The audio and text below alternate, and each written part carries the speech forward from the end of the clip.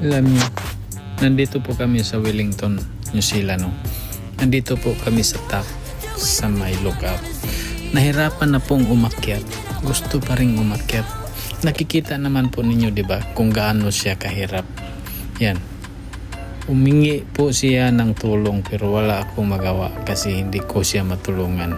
Buti na lang yung kaibigan namin nasa malapit sa kanya kaya hinawakan niya kamay. Hawak kamay, di kita iiwan sa paglakbay. So yun.